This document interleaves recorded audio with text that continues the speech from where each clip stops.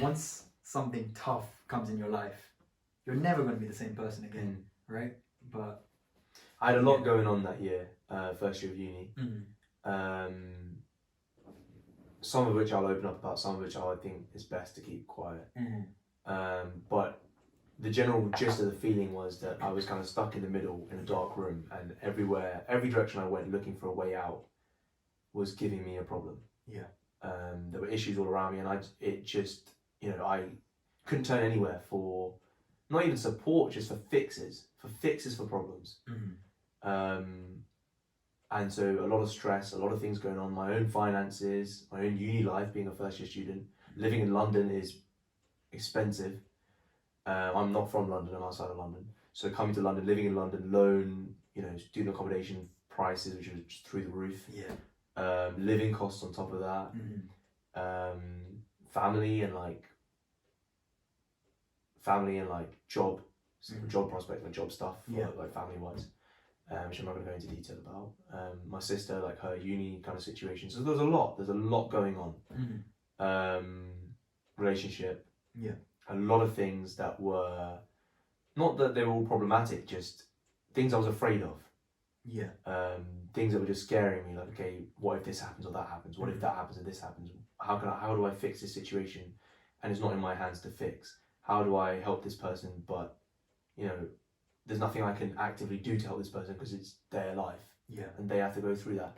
And so, like I said, there was a lot of things where I couldn't turn anywhere for hope. I talked to my friends about certain bits and pieces, but equally, I'm a very kind of, after my gap year, I was a very strong-willed character, and I think I tried to pull through a lot myself. And I pulled through it. I didn't go to counselling. I didn't go to any of my friends. I don't think any of my friends, a lot of my friends didn't even know I was going through stuff at that point. Apart from one night out where I was an absolute shambles and just in tears about a lot of things, and no one could really put a point to what it was. I think I was depressed, and I know I was depressed. I just haven't really opened up about it to a lot of people. So this is the first on air, and in that situation, I had to piece things apart. I had to pick apart 9 or 10 different things and say, okay, right, this issue is not something you can fix.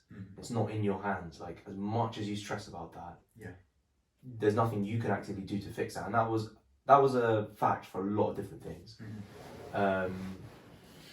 And slowly, I think when you sit down in your own headspace and you just you actually just do the work and you just think, okay, why is it that this situation makes you feel like that, and what is it that you can do? And if you can't do anything about it, you just have to push past it, and whatever's going to happen is going to happen at the end of the day. If it's in your hands, then you can obviously change. My uni life and my academics, that's in my hands. My finances, somewhat in my hands. That stuff, actively you can work and change and do what you can to make it work. But a lot of the other situations, not in your hands. You can't really afford to stress about it and let it bog you down.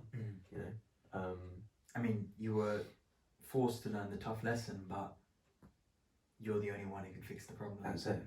The fix is in my own hands. And it's unfair when you figure it out. But at the point.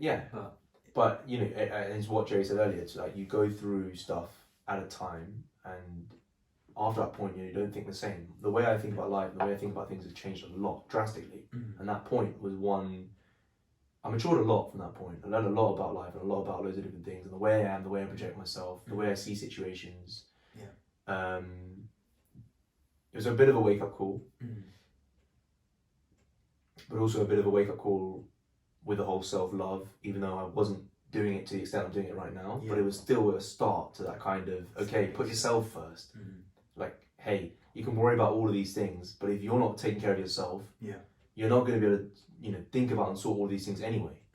You're just, it's what you said, the fixed mindset. You're just going to sit in that space. You're just going to be stuck in that limbo, back and forth, worrying about all these things. But when you put yourself first, you're okay, I can't deal with this stuff. I can't talk to you about this. I can't help you with this. I can't fix this for you. And just put your hands up saying, no, I can't do this. Starts to unravel a lot of the stuff, and starts to, you sit in your own space and you think. Not to say, obviously, you speaking to friends always helps. In fact, the process of speaking allows you to gain more clarity, right? Because different perspective. But ultimately, it's your work. I also think it's a gender thing. Okay. I think being a guy, I think naturally we don't open up about our problems. Mm. A lot of the things, but it's also, so as much as I can say it's that, and I didn't really open up to anyone about what I was going through, I also think it's just the way I think. And some people will be able to relate to me about that, in that I believe that my problems, not my problems are my problems, but my problems' fixes are all there. Okay. And that's for me to find.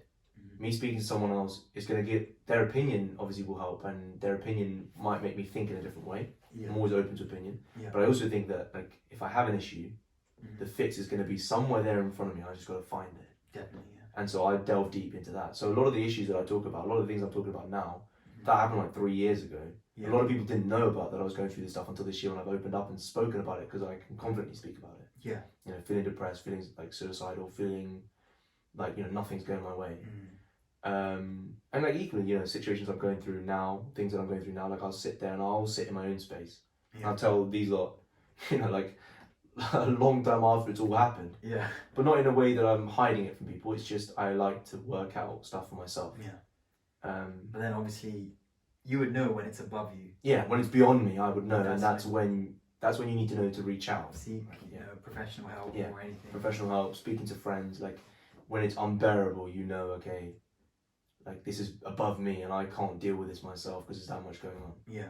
Nothing I'm going through right now is that bad. Yeah. Touch wood. But all the answers are there. All the things that I'm kind of questioning or thinking about, they're all there. Yeah. So it's just about finding them. Definitely. The answers are always around us. But, you know, like you said, those things ultimately made you who you are today.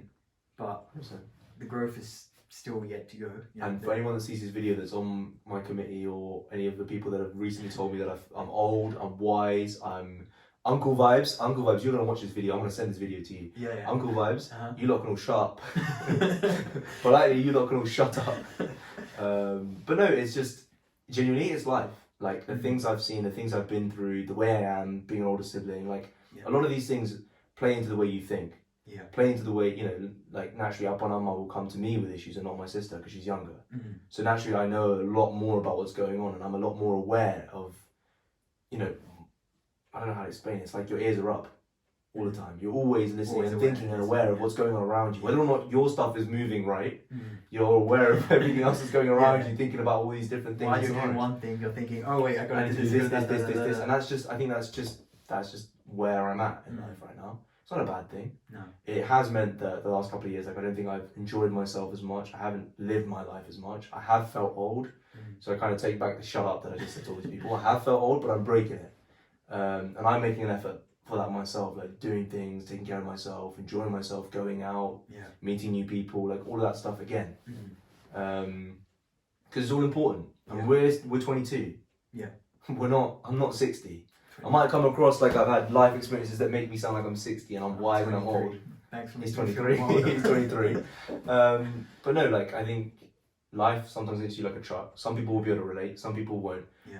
And, you know, for the people that get it, you'll get it. For people that don't get it, I guess you're just more aware now of people like us. Yeah.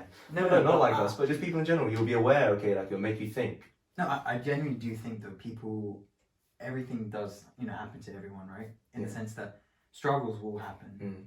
There's no way you can run away from them. But how you learn from that struggle is the other thing, you know. It can just come and pass by, and, you know, you might not even learn anything from it. But that's the thing. The fact you've experienced that will at some point, somewhere, come back to you, and that's and it will help you. That's true. Yeah. Is there anything else you can probably sprinkle? I'm probably full of a load of waffle, I can't lie. Someone's going to sit there watching all these clips and be like, you've got a bad job on the edit table. You have a bad job on the edit table tonight.